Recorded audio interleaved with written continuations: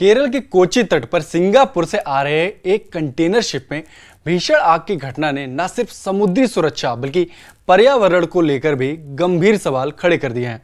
आपको बता दूं कि यह सिंगापुर का कंटेनर है और कोलंबो एयरपोर्ट से रवाना हुआ था और कोच्चि में इसमें आग लग गई और ये आग अभी तक जल रही है। काले धुएं ने आसमान को घेर लिया है। इंडियन नेवी लगातार आग बुझा रही है। चीन ताइवान के नागरिकों को रेस्क्यू कर लिया गया है, लेकिन 4 लोग अभी भी लापता बताए जा रहे हैं। इस घटना की जांच के लिए एक high level multi agency team गठित की गई है, जिसमें DG shipping department, coast guard, port authority, customs और केरल पुलिस के अधिकारी शामिल होंगे।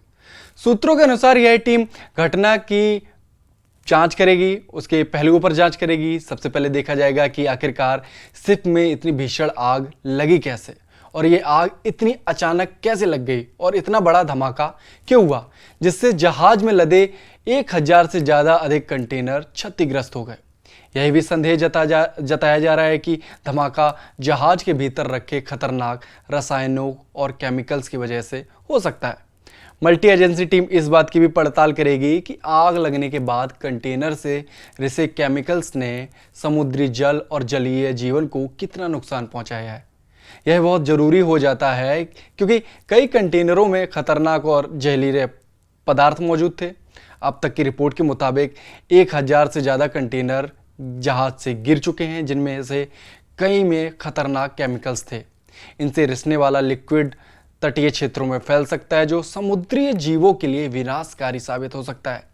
टीम यह रणनीति भी तैयार करेगी कि रिसाव को कैसे रोका जाए और समुद्र तटों तक पहुंचने से पहले लिक्विड को कैसे कंट्रोल किया जा सके। यदि जरूरत पड़ी तो आने वाले दिनों में राष्ट्रीय आपदा प्रतिक्रिया बल यानी एनडीआरएफ की सहायता भी ली जा सकती है। फिलहाल इस हादसे में 4 क्रू मेंबर्स लापता बताए जा रहे हैं, जबकि 22 लोगों को सुरक्षित बचा लिया गया है। राहत और खोजबीन अभियान जारी है। इस घटना ने न केवल तटीय सुरक्षा व्यवस्था पर सवाल खड़े किए हैं, बल्कि समुद्री ट्रांसपोर्ट को खतरनाक वस्तुओं के प्रबंधन को लेकर भी चिंता बढ़ा दी है।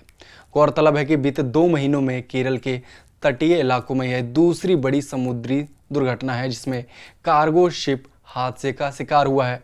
इस पहलू की भी जांच की जाएगी कि क्या इन घटनाओं के पीछे कोई कॉमन फेल्योर है या फिर कोई समुद्री निगरानी में कोई चूक हुई है। फिलहाल जांच शुरू हो चुकी है और विस्तृत रिपोर्ट आने तक शिपिंग कंपनी और एनवायरनमेंट एजेंसी की निगाहें इस घटना पर टिकी हुई हैं। ताइवान सरकार ने सिंगापुर के कंटेनर जहाज में हादसे के बाद मदद करने के लिए इंडियन नेवी और कोस्टल गार्ड का आभार जताया है। ताइवान इंडिया ने सोशल मीडिया पर लिखा कि ताइवान सरकार इंडियन नेवी और कोस्टल गार्ड के तेजी से किए गए बचाव कार्य के लिए आभारी है। हम लापता सदस्यों की सुरक्षित वापसी और घायलों के जल्दी ठीक होने की कामना करते हैं। आपको बताते चलें, ये आग 9 जून को एक बहुत बड़े विस्फोट के बाद लगी हुई थी। आग तेजी से फैली, जिसके बाद जहाज में और भी कई भयानक विस्फोट हुए, जिसके बाद यह जहाज डूबने की कगार पर पहुंच गया था। इस जहाज को श्रीलंका के कोलंबो से मुंबई के नेहावा शेवा बंदरगाह तक पहुंचना था और यह 10 जून को वहां पहुंचने वाला था। माना जा रहा है कि कंटेनर में 2000 टन तेल और 240 टन डीजल था। भारतीय नौसेना को शिप के हादसे की जानकारी 9 जून को सुबह 9:30 बजे मिली। इस रेस्क्यू ऑपरेशन में लगभग 7 घंटे का समय लगा। खराब मौसम के कारण इसके रेस्क्यू में काफ़ी दिक्कतें आईं और आपको बताते चलें कि अभी भी ये रेस्क्यू चल रहा है। सिंगापुर का कंटेनर है और ये कोलंबो एयरपोर्ट से रवाना हुआ था और ये कोच्चि में जाकर इसमें आग लग गई और ये इसे पहुंचना था मुंबई। मानिए कि अगर ये आग मुंबई बंदरगाह पर लगती तो कितना ज़्यादा नुकसान हो सकता था, इसका अंदाज़ा आप लगा भी सकते हैं। इससे पहले चीन ने भी सोशल मीडिया एक्स पर भारतीय नेवी का शुक्रिया अदा किया। उन्होंने लिखा कि भाई हम इंडिया को थैंक यू बोलते हैं, हम इंडिया का धन्यवाद करते हैं कि हमारे नागरिकों की उन्होंने जान बचाई। मुंबई कोस्टल गार्ड को धन्यवाद करते हैं। चीन की राजदूत यू जिंग ने कहा कि हम भारतीय नौसेना की तेजी और बहादुरी की सराहना करते हैं। उनके प्रयासों से 18 लोगों की जान बची। हम घायलों की जल्दी ठीक होने की कामना करते हैं। जहाज पर 22 चालक दल सदस्य सवार थे, जिनमें 8 चीनी, 6 ताइवानी और 5 म्यांमार के थे और 3 इंडोनेशियाई नागरिक शामिल थे। विस्फोट के बाद आग तेजी से फैल गई, जिसके कारण चालक दल को जहाज छोड़ना पड़ा। भारतीय नौसेना और तटरक्षक बल ने तुरंत कार्रवाई की और 18 लोगों को उसी दिन तुरंत सुरक्षित बचा लिया, जिनमें 5 लोग अभी भी घायल हैं गंभीर रूप से, जबकि 4 लोग अभी भी लापता बताए जा रहे हैं। भारतीय नेवी उनकी तलाश के लिए खोजी अभियान चला रही है। एक्स पर एक पोस्ट में भारतीय कोस्टल गार्ड ने बताया था कि आईसीजी विमान ने पहले घटनास्थल का आकलन किया, उसके बाद बचाव के लिए आईसीजी के 4 जहाज़ों को रेस्क्यू के लिए भेजा गया। लगातार आग लगने से जहाज के टूटकर समुद्र में डूब जाने का खतरा बना हुआ है।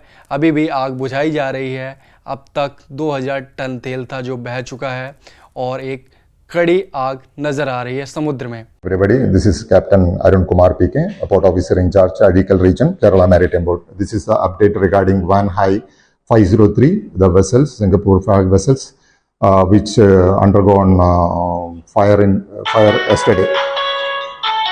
Okay, according to the informations, 18 crew were saved and 4 are missing. Yesterday night around 22:50, that is 10:50 p.m. Indian naval vessels INS Surat entered New Mangalore port with the survival, including the casualties. I mean casualties, those who are severely injured.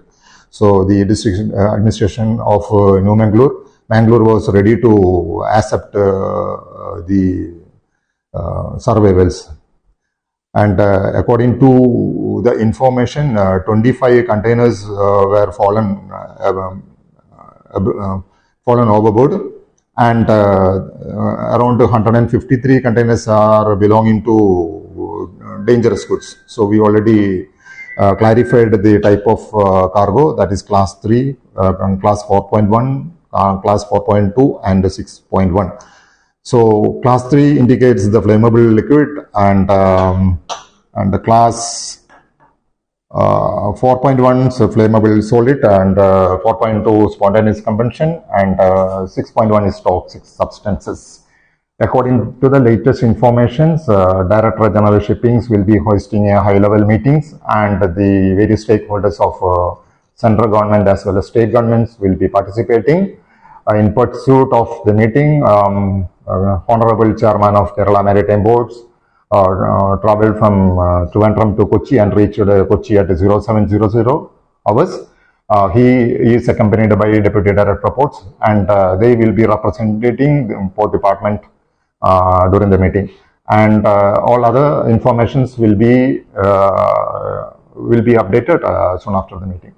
अगर जहाज पूरा डूब जाता है तो तेल का पूरा रिसाव हो सकता है, जो समुद्री जलीय जीवन के लिए खतरनाक साबित हो सकता है। कुछ रिपोर्ट्स में बताया गया है कि जहाज पर ज्वलनशील मतलब नाइट्रोसेलुलोज और भी केमिकल्स ले जाए जा रहे थे। तापमान में इजाफा हुआ तो आग लग गई और विस्फोट हो गया। फिलहाल इंडियन नेवी और कोस्ट गार्ड इसकी जांच कर रहे हैं। सिंगापुर से आए अधिकारी भी इसमें मदद कर रहे हैं। केरल के बंदरगाह मंत्री BN बासवन ने कल बताया था कि सिप से 20 से 50 कंटेनर समुद्र में गिर गए हैं। ये केरल तट की ओर बह रहे हैं। इसके बाद भारतीय राष्ट्रीय समुद्री सूचना केंद्र ने जानकारी दी कि ये कंटेनर अगले 3 दिनों में कोझिकोड और कोच्चि के बीच तट पर पहुंच सकते हैं। मंत्री ने कहा, कंटेनर में मौजूद खतरनाक सामग्री और तेल रिसाव से समुद्री जीवन और स्थानीय मछुआरों को नुकसान हो सकता है। केंद्रीय समुद्री मत्स्य अनुसंधान संस्थान ने कहा कि इससे मछुआरों की मुश्किलें बढ़ सकती हैं, खासकर जब यह मछली पकड़ने का अच्छा मौसम है। खैर, 4 लोग अभी भी लापता हैं और जांच चल रही है कि आखिर ऐसा क्यों हुआ।